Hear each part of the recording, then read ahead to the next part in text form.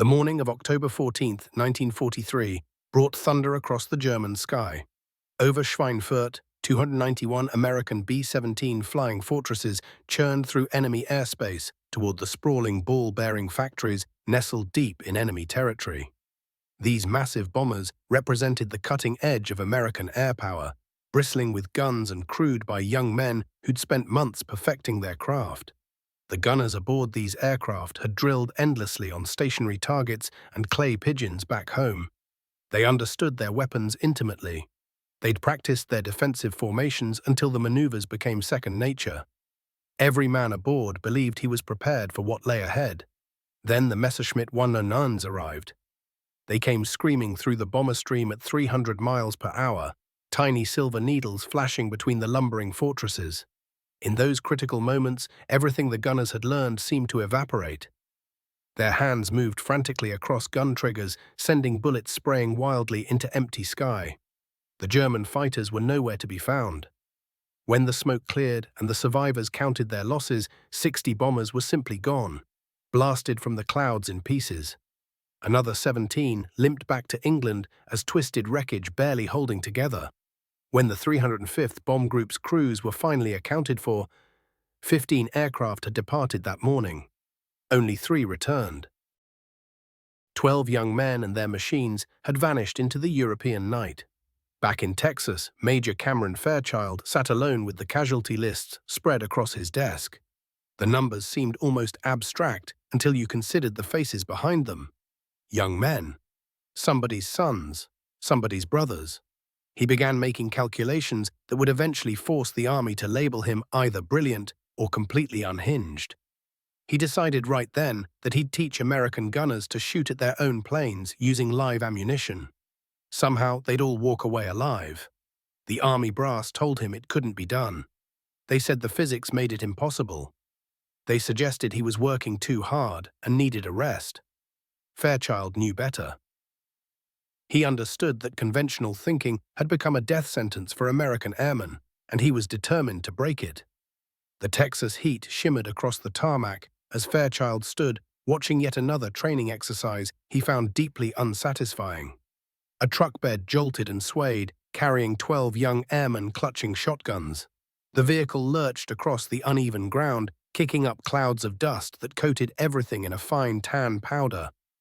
Overhead, hand-operated traps mounted on neighboring trucks launched clay pigeons into the air, orange discs tumbling against the brilliant blue sky. The soldiers bounced roughly with the truck's motion, trying to track their targets while fighting nausea and choking on diesel exhaust. "Pull!" hollered the sergeant. The pigeons launched upward. Gunfire erupted. Most of the clay discs sailed onward completely untouched, wobbling gently across the sky as if daring the gunners to hit them. When someone actually connected, the truck bed erupted in cheers, like they'd just downed the Red Baron himself. Fairchild pulled his cap lower and shook his head slowly. These kids would be flying over Germany within months. They'd be strapped into cramped gun turrets aboard B-17s and B-24 Liberators, fingers on triggers, eyes searching the sky. They'd face enemy fighters diving at them from angles no clay pigeon ever approached, moving at speeds that seemed to bend the laws of nature. They'd have to shoot while their aircraft bucked through flak clouds and enemy bullets, while coordinating with 10 other gunners to create overlapping fields of fire that could actually defend the bomber. The truck-mounted shotgun exercise bore about as much resemblance to real aerial combat as a carnival ride compared to the Indianapolis 500. "How many did we actually hit today, Sergeant Mills?" Fairchild asked as the convoy pulled back to the flight line. Mills wiped his forehead with a handkerchief. Peterson managed 3 out of 10. Williams got 2. The rest mostly just threw lead into the blue. "Of course those clay birds weren't shooting back or diving at us trying to kill us," Fairchild replied. "No, sir, they weren't." Fairchild nodded grimly. He carried those casualty reports with him everywhere now. Each week brought fresh notices from the European theater. The 8th Air Force was hemorrhaging experienced crews faster than the training pipeline could replace them. Bomber groups limped back from raids over Germany with empty gun positions, their crews dead or so catastrophically wounded they'd never fly another mission. The few combat reports that made it through military censorship told a consistent story. American gunners were missing. Their accuracy rates hovered around 2% on the best days. The failures weren't rooted in courage. American airmen showed suicidal determination, flying straight into flak barrages so thick you could see them from 50 miles away. The equipment wasn't the problem either. The Browning 50 caliber machine guns mounted in bomber turrets were mechanically reliable and packed tremendous destructive power when they actually connected with a target. The problem was training. Pre-war manuals and peacetime planning had prepared gunners for a war that didn't exist. Stationary ground ranges taught marksmanship from a standstill, but offered nothing about deflection shooting. Sleeve targets towed behind friendly aircraft at predictable speeds gave practice tracking moving objects, but the motions bore no resemblance to the chaotic three-dimensional chaos of aerial combat. German fighters didn't cooperate. They didn't approach in straight lines at constant speeds. They dove from the sun. They rolled inverted through defensive fire. They broke away in climbing spirals that would have challenged even experienced pilots to follow. Everything about air combat violated the assumptions embedded in training doctrine. Late that evening, Fairchild spread engineering drawings across his desk and studied them by lamplight, papers rustling as he turned each one. For months he'd been developing what every superior officer considered impossible. He was designing a training system that would allow student gunners to fire live ammunition at actual aircraft without killing the pilots inside. Senior officers had given him long looks that suggested he might need psychiatric evaluation. A few had suggested leave time would do him good. The technical obstacles seemed insurmountable. Any bullet capable of penetrating aircraft aluminum would slice through a human pilot on contact. Standard training ammunition was deliberately designed to perform identically to combat rounds, maintaining ballistic properties so similar that combat troops could practice with training ammunition and know exactly how real bullets would behave. Creating a projectile that flew exactly like real ammunition but shattered harmlessly instead of penetrating seemed to violate the basic laws of physics. Lead was soft and dense, perfect for maintaining momentum through resistant materials. Making it break apart on impact would require fundamental compositional changes that would inevitably alter how the bullet flew. Even if someone could somehow develop such ammunition, what aircraft could survive being deliberately shot at from multiple angles simultaneously? Military fighters were built for speed and maneuverability, not for absorbing gunfire. Their aluminum skins were thinner than a dime, designed to shed every possible ounce of weight. Fuel tanks, control cables, and engine components nestled beneath minimal protection. A single bullet striking in the wrong location would send any conventional fighter spiraling toward Earth in flames. But Fairchild had been reading the procurement reports carefully. Bell Aircraft Corporation had developed a fighter called the P-63 King Cobra. It was supposed to represent an improvement over their earlier P-39 Airacobra design. The Army Air Force had tested the prototype and found it disappointing. Not fast enough for German jets, not maneuverable enough for dogfighting against Japanese Zeros, not reliable enough for long-range escort missions.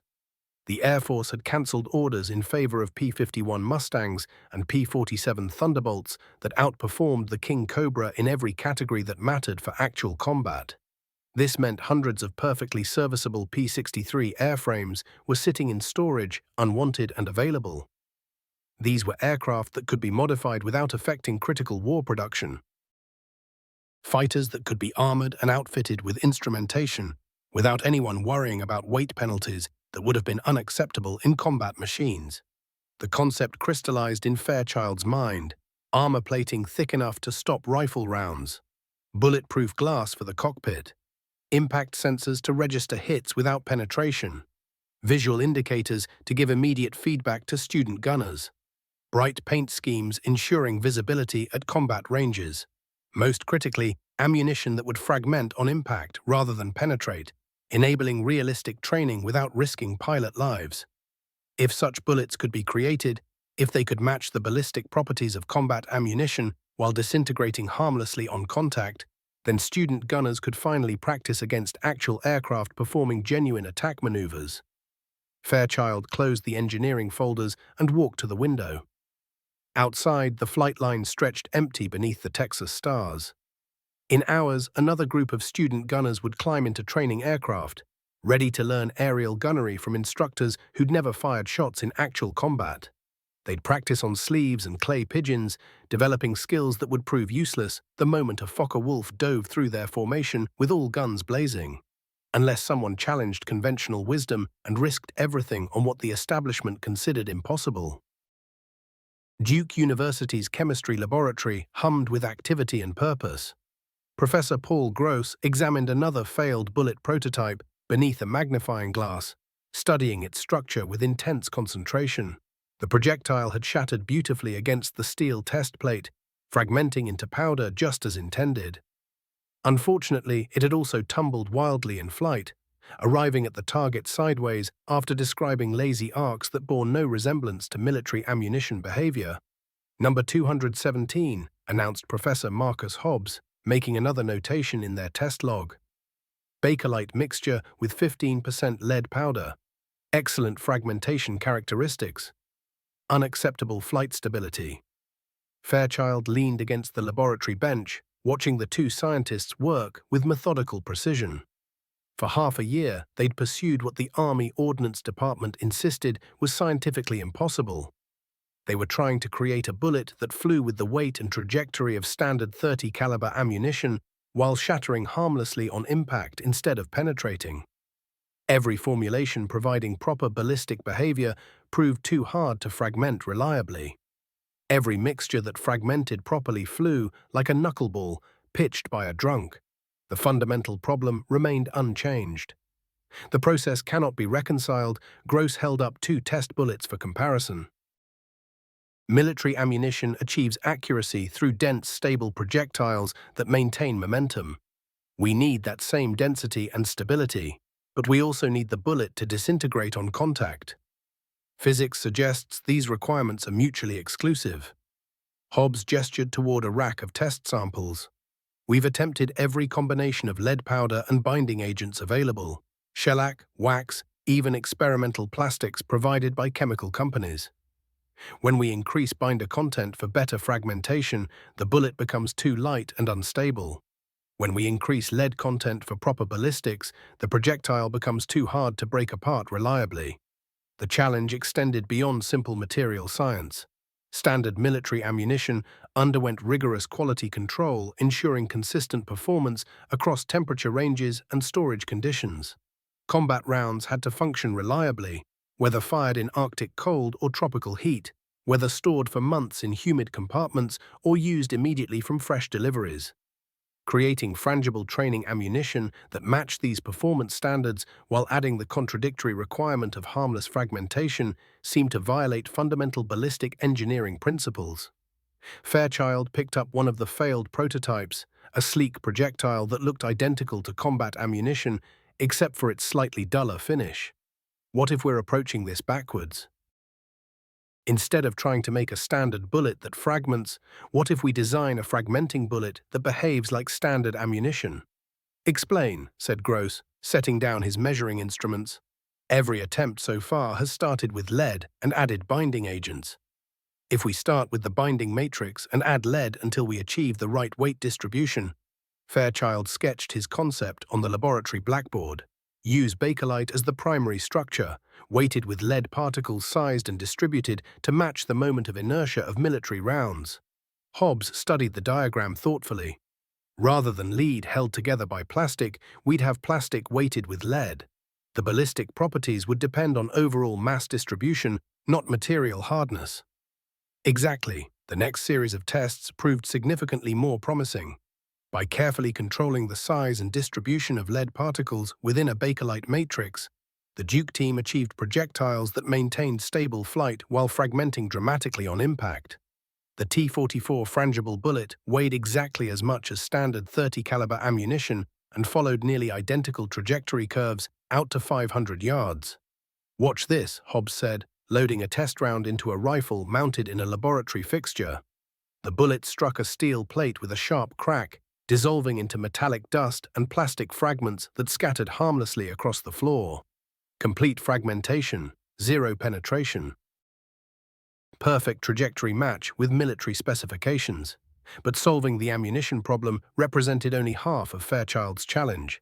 Even the most realistic training bullets would prove worthless without aircraft capable of surviving deliberate gunfire from multiple directions simultaneously. Standard military fighters offered protection roughly equivalent to wrapping a pilot in aluminum foil and hoping for survival. Their thin skins and densely packed components meant that any bullet penetrating the fuselage would likely damage something critical. The solution arrived in the form of procurement reports from Bell Aircraft Corporation. The P-63 King Cobra represented everything the Army Air Force didn't want in a fighter. Too slow to catch German jets. Too heavy to dogfight effectively. Too complex to maintain in forward airfields. The war had halted production of most fighter designs in favor of proven performers like the P-51 Mustang that demonstrated superior combat capabilities. This surplus created an unexpected opportunity. Hundreds of 63 King Cobra aircraft sat gathering dust in storage facilities across America, mechanically intact but no longer needed for frontline operations. Fairchild's vision transformed these rejected fighters into something nobody had imagined before. They weren't useful as combat aircraft anymore, but they possessed exactly what he needed. The King Cobra carried the performance characteristics that training platforms built from the ground up could never match. Student gunners needed to experience realistic fighter attacks, and only an aircraft with genuine combat speed and maneuverability could provide that. The tricycle landing gear and enclosed cockpit represented modern conveniences that bomber crews would encounter in their actual missions over enemy territory. Beyond comfort considerations, the King Cobra offered what no purpose-built trainer could deliver. Its robust construction could withstand the punishment that came from deliberate exposure to live gunfire. Converting these surplus fighters into aerial targets became the transformation project that would revolutionize gunnery training forever. The modification process was radical. Over a ton of armor plating replaced the original aluminum skin covering the fuselage and wings. The pilot's compartment received special treatment, protected by bulletproof glass and armor plate an inch thick, creating a fortress around the man who would soon be volunteering to fly into friendly fire. Engineers installed 109 separate impact sensors beneath this protective layer, devices that could detect when bullets struck the aircraft without allowing penetration. Each sensor fed information to a central recording apparatus that tracked every hit with scientific accuracy, documenting location and timing with remarkable precision. The most distinctive modification was elegant in its simplicity. A red light bulb mounted inside the propeller hub itself connected through slip rings to the sensor network. As the propeller spun, electrical contact remained constant. When bullets from student gunners struck the aircraft, that light flashed instantly, providing immediate visual feedback. For the first time, gunners could watch their shots find their target in real time, rather than waiting for analysis later. The Bell aircraft team called it the RP-63, and the designation carried specific meaning. The R stood for restricted, meaning these aircraft would never leave training duty. Pilots flying them had already given these machines an unofficial nickname. Because of that flashing red light in the spinning hub, they called them pinballs. Fairchild stood examining the completed prototype, finished in bright orange paint that would stand out vividly against sky backgrounds. The machine looked unlike any fighter that had ever flown. Armor plating bristled across its surface. Sensor equipment festooned every available section. The weight and drag were enormous, characteristics no combat pilot would tolerate for even a single mission. But for training purposes, those same modifications represented capabilities that hadn't existed before. Realistic aerial gunnery instruction was finally within reach. Fairchild posed his question directly. How many can you convert? The answer came quickly. As many as procurement approves. We have 300 King Cobra airframes sitting in storage. This modification work provides employment for our factory crews when we're not building combat aircraft. The impossible dream was becoming real. The flying target was taking shape on production lines across the country. All that remained was finding pilots brave enough to volunteer and convincing military leadership that the concept would work. The recruitment briefing at Del Rio Army Airfield filled with pilots expecting another routine assignment. Captain Ivan Hickman sat sketching aircraft designs in his logbook, barely paying attention to the briefing officer's presentation about standard operational procedures. The job sounded unremarkable: test pilot work with modified fighters, advanced training scenarios, nothing unusual in that. Then the colonel reached the critical part. You'll be flying aircraft equipped with special armor and impact sensors. Your mission will involve simulating realistic fighter attacks on bomber formations while student gunners engage you with live ammunition. Hickman's pencil froze. Around the room, conversation stopped entirely as the weight of those words settled over the assembled pilots. Someone in the back coughed. "Sir? Live ammunition?" The colonel nodded. "Affirmative. You'll be flying into actual gunfire from multiple directions. The bullets are frangible rounds that fragment when they strike your armor, matching standard military ballistics exactly. This represents the most realistic aerial gunnery training ever conceived." A lieutenant in the front row raised his hand carefully. "What casualty projections have you calculated, sir?" "Unknown. This is experimental. We're seeking volunteers only. No one will be assigned involuntarily." Nervous laughter rippled through the room. Conversations broke out in whispers. Hickman found himself drawn to the concept rather than repelled. After more than 2,000 hours in various training roles, the prospect of genuinely challenging flying appealed to something deeper in him than routine instruction missions ever could. The technical puzzle fascinated him. Flying deliberately into sustained gunfire required the kind of precision and situational awareness that peacetime training never demanded. He stood up. "I'm interested. When do we start?" Over the following weeks, volunteers appeared from bases nationwide. The selection process remained surprisingly informal. Sign the liability waivers and pass a standard flight physical, and you were in. The recruits divided themselves into two distinct groups that shared only one thing in common: willingness to risk their lives for an experimental concept. The first category consisted of young pilots fresh from advanced flight training, men barely into their 20s who possessed the reflexes and unshakable confidence of the invulnerable. Lieutenant Robert Chen had finished flight school 6 months earlier and viewed the pinball program as an opportunity to distinguish himself from his peers. "How dangerous can it really be?" he asked during his interview. They wouldn't put a scenario's craft that couldn't handle it. The second group represented combat veterans returning from the skies over Germany and the Pacific, pilots who had survived fighter sweeps and carrier operations. These men possessed hard-earned knowledge about aerial combat, but also psychological wounds that made the concept of being shot at by Americans seem almost absurd. Lieutenant John Aronios belonged to this veteran contingent. After 82 missions over Europe in P-47 Thunderbolts, he had come home expecting routine assignments at stateside bases. The pinball program offered something entirely different: the chance to use his combat experience preparing the next generation for the reality he had barely survived. "First time I climbed into that orange King Cobra, I was definitely nervous," Aronios mentioned to Hickman during pre-flight preparations. 2 years dodging German gunfire, and now I'm volunteering to let American kids shoot at me. There's some kind of irony there. The initial training flights exposed the psychological adjustment required to deliberately fly into friendly fire. Even veteran combat pilots found themselves instinctively flinching when muzzle flashes erupted from bomber gun positions, despite knowing intellectually that the bullets would fragment harmlessly against the armor. The radio conversations captured the surreal quality of what they were attempting. "Pinball leader, this is Fortress 1-2. Student gunners report ready to engage." "Roger, Fortress 1-2. Beginning attack run from your 9 o'clock high. Trying not to hit anything important." "Understood, Pinball leader. We'll aim for the armored sections." The modifications proved their worth immediately. Hickman's RP-63 absorbed dozens of direct hits during his first training mission.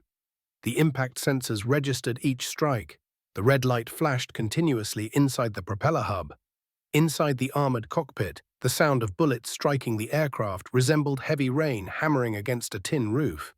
Persistent but not terrifying once you adjusted to the noise. Pinball leader, taking multiple hits from all quadrants. Aircraft handling normally. All systems green. These kids are actually hitting something for once. The immediate feedback from the flashing light revolutionized gunnery training in ways that surprised even Fairchild. Student gunners could see instantly whether their aim was accurate. They adjusted their shooting technique in real time instead of waiting for post-mission analysis that might arrive hours later. The visual confirmation of successful hits reinforced their learning in ways ground training never could. More importantly, the training revealed fundamental problems with existing instruction methods that static targets and ground exercises had never exposed. When pinball aircraft approached bomber formations at realistic attack speeds and angles, student gunners discovered that their carefully practiced ground school techniques proved inadequate for three-dimensional aerial combat. Reading targets required intuitive understanding of relative motion that only came from repeated exposure to actual aircraft maneuvering unpredictably in 3 dimensions. Sergeant Mills observed the transformation after his first pinball training mission. These boys are learning to track targets and calculate deflection angles instinctively. Ground training never taught them to coordinate with other gunners or manage ammunition under pressure. By early 1945, the program had expanded to 4 bases across the southern United States. Florida, Texas, Arizona, and Nevada hosted the operations, locations chosen for their favorable year-round weather. Each base operated multiple RP-63 aircraft and maintained detailed training schedules, rotating bomber crews through increasingly complex scenarios. The volunteers who flew pinball missions developed unique camaraderie based on shared experience of their unusual work. Unlike bomber crews who faced enemy fire as an unavoidable hazard, pinball pilots deliberately pursued situations where friendly forces shot at them with scientific precision. The psychological adjustment demanded constant reinforcement through humor and mutual support. You know you're in a specialized field when your biggest occupational hazard is friendly fire. And that's exactly what you're trying to achieve, Hickman observed. Chen nodded while reviewing his damage report. I took 43 hits today, all in the armored sections. Students are definitely improving. I actually had to break off the attack run because they were tracking me too effectively. Requests for expanded programs began arriving from bomber groups preparing for deployment overseas. Combat commanders who had witnessed German fighter attacks wanted their gunners trained on pinball aircraft before facing the real thing over European targets. Lieutenant Mike Patterson learned the hard way that pinball flying demanded constant vigilance when student gunners forgot their training boundaries. During what should have been a routine attack simulation, Patterson made a critical mistake. He performed a low-speed pass alongside a B-24 formation, matching their airspeed to give the gunners an easier tracking solution. The gesture of instructor consideration nearly killed him. "Think you can hit me now?" He radioed confidently, maintaining formation position just 50 yards off the bomber's starboard wing. His bright orange RP-63 gleamed in the afternoon sun, an unmistakable target for even novice gunners. The response came in concentrated fire from 6 gun positions simultaneously. Bullets hammered his aircraft from nose to tail as student gunners discovered that a stationary target made gunnery surprisingly straightforward. Breaking off, Patterson shouted, pulling into a steep climb that took him away from the bomber formation. Behind him, cheering erupted from the B-24's intercom as gunners celebrated their unexpected success. Patterson's engine temperature gauge climbed rapidly toward the red line as cooling system damage became apparent. An emergency landing at Del Rio Army Airfield revealed the vulnerability of pinball aircraft when attacked from unexpected angles. The armor had been designed primarily for head-on approaches, simulating realistic fighter attack profiles. Side attacks, especially at close range, could find numerous gaps in coverage where weight considerations had forced compromises in protection. 17 hits in the unarmored sections, the ground crew chief reported, pointing to bullet holes clustered around the engine compartment and rear fuselage. The cooling system took 3 punctures, a control cable was nicked, and your radio antenna got shot away. You were lucky none of those rounds hit anything more critical. The incident prompted immediate implementation of new safety protocols. Pinball pilots received strict briefings about maintaining proper attack angles that kept them within their aircraft's protected envelope. Student gunners underwent additional instruction about engagement limitations and the importance of ceasing fire when target aircraft began their breakaway climbs. More dangerous were occasions when inexperienced gunners continued firing after pinball aircraft had completed their attack passes and begun climbing away from bomber formations. Those moments represented genuine hazard that armor had never been designed to protect against. The RP-63's armor plating offered solid protection along its nose and sides, but the tail section remained largely exposed to keep the aircraft light.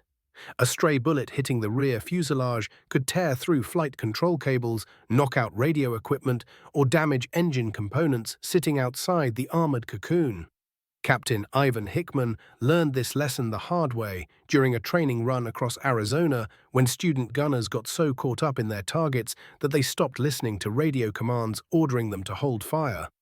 His RP-63 took multiple rounds in the tail as he pulled away from a B-17 formation, and those hits severed critical elevator control wires that nearly flipped the plane into a fatal spin. Control Pinball 2 declaring emergency, Hickman transmitted urgently, wrestling with the stick as his pitch control went limp.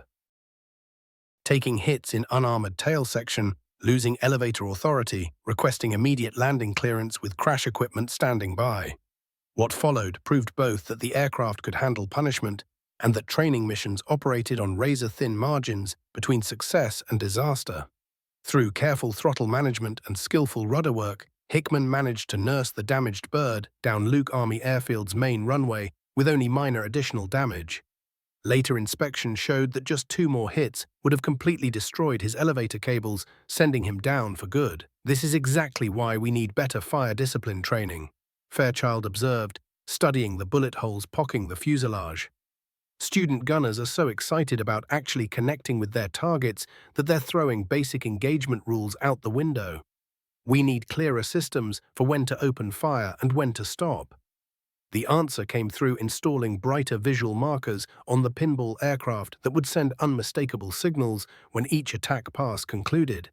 Colored smoke generators mounted under the wings created obvious visual cues telling gunners to stop shooting immediately. Radio procedures got standardized too, with specific call signs and phraseology that removed any doubt about whether the pass was active or complete.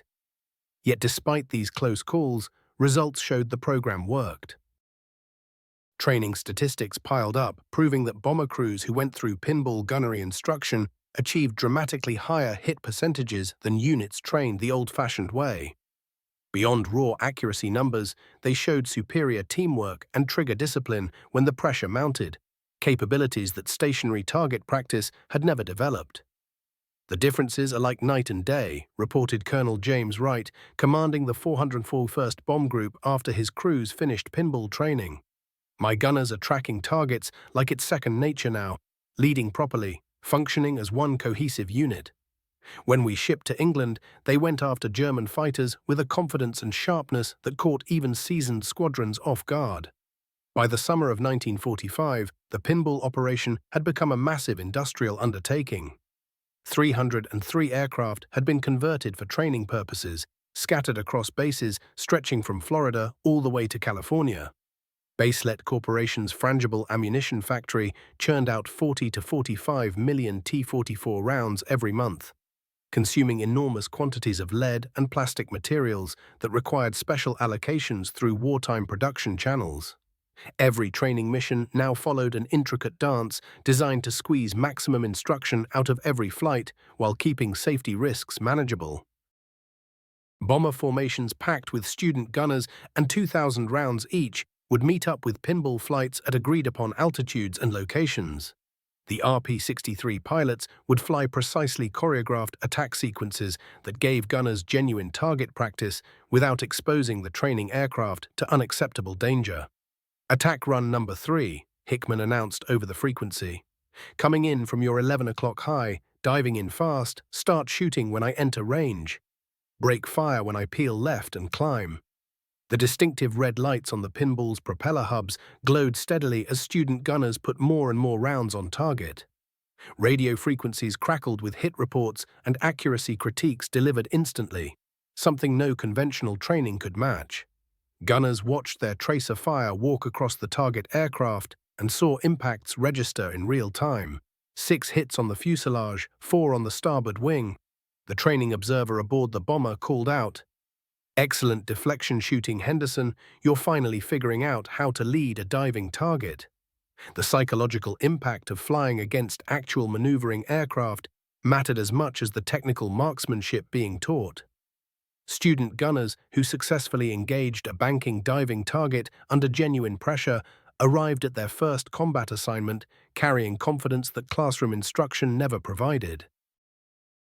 They grasped aerial combat's three-dimensional reality in ways only direct experience could teach. Yet even as the program hit its peak performance, larger forces were rendering manual aerial gunnery obsolete. The new B-29 Superfortress featured centralized fire control systems equipped with analog computers that automatically figured out target-led and range corrections. Human gunners became equipment tenders rather than sharpshooters, watching instruments and working controls for weapons, managed by mechanical systems more accurate than any human reflexes. The future belonged to machines and guided ordnance, not to sharp-eyed young men learning to knock enemy fighters from the sky through hard work and nerve. A telegram landed on Fairchild's desk on August 15, 1945, carrying news that should have felt like triumph, but somehow rang hollow. Japan surrendered without conditions after the atomic destruction of Hiroshima and Nagasaki. 4 years of global warfare finally ended with American aircrews finally stopping their dying in distant skies. Fairchild set down the telegram and walked to the window overlooking the Del Rio training complex sprawling below.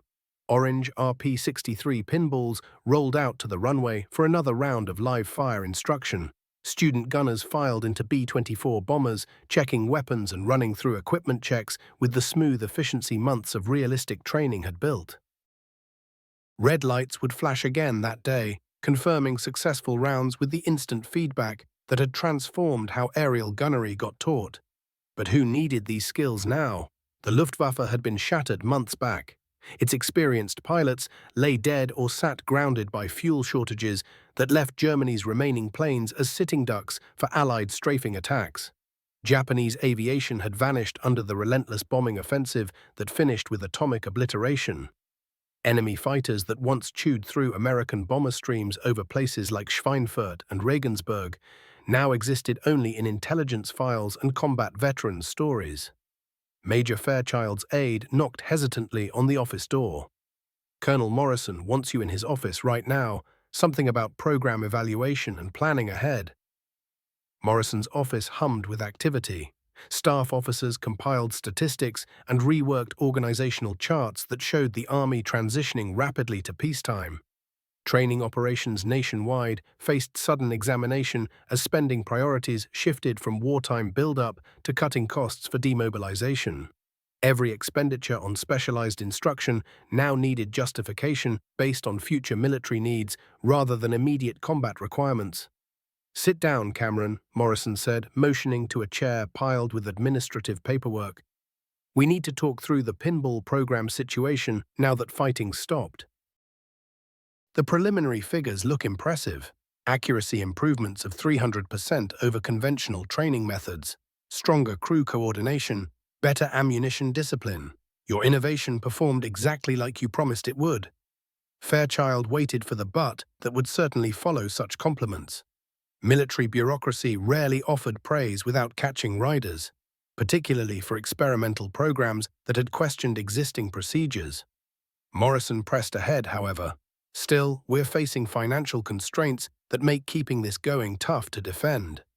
Congress wants spending slashed fast, and specialized training programs are easy targets for the axe. The real question is whether pinball training offers sufficient value during peacetime to justify keeping it alive." Nobody missed the bitter irony hanging over the conversation. Fairchild's system had finally reached the training performance that combat leaders had desperately wanted during the war's darkest moments. Student gunners now connected with moving targets at hit rates that probably could have spared thousands of casualties across European and Pacific campaigns. Technical hurdles that had seemed impossible back in 1942 got conquered through determination and creative engineering that brought research and real-world problem-solving together. Yet military aviation itself was outgrowing the need for such capabilities. The Boeing B-29 Superfortress showed where bombing's future lay, featuring centralized fire control systems that pulled individual marksmanship out of the equation entirely. Mechanical computers handled lead and distance calculations, directing remotely operated gun turrets with machine precision exceeding any human shooter. Gunners transformed from marksmen into system monitors, tracking dials and managing equipment rather than aiming weapons through rifle sights. Have you reviewed the performance records from B-29 operations against Japan? Morrison inquired, passing a classified document across the desk. Computer-guided fire control systems reached hit rates near 15% against moving targets. That's nearly 7 times what even our top pinball-trained gunners could accomplish under those same circumstances. The statistics painted a clear picture of technological transition that made human expertise secondary to mechanical calculation. While Fairchild's students fought to achieve 3% accuracy through endless drilling, mechanical computers handled ballistic equations too complicated for any human brain to solve mid-combat. Automation and guided systems and electronic control belong to the future, with capabilities to engage targets at distances and velocities no human could match. Even more dramatic breakthroughs waited around the corner. Jet fighters were reaching speeds that made ordinary defensive gunnery impossible, regardless of computer help. Guided missiles promised to eliminate close-range dogfighting that had characterized aviation combat since the Wright brothers. Heat-seeking warheads and radar-guided rockets would reshape aerial combat into a struggle between electronic systems rather than piloting skill and shooting accuracy. Lieutenant John Aranya knocked on Morrison's door, still wearing flight clothes from his morning training mission. His 82 combat sorties over Europe had wrapped up when Germany surrendered in May, yet he continued flying pinball training missions, preparing crews who would never encounter enemy fighters. His circumstances embodied the program's fundamental obsolescence. A veteran instructor teaching abilities for a conflict already concluded. "Sir, the students from this morning's training want information about where they're deploying next," Aranya reported. "They've finished advanced gunnery school and figure they're combat ready. I'm uncertain how to tell them there aren't any combat postings left to fill." Morrison's face darkened. "That's the core of our dilemma here, Lieutenant.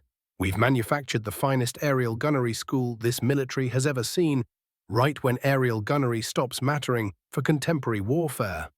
Everything shifted faster than anyone thought possible. January 1945 brought determined fighter attacks on our bombers over Germany and Japan. August arrived with enemy air forces offering virtually no opposition. Their aviators either gone or stranded with no fuel and no aircraft.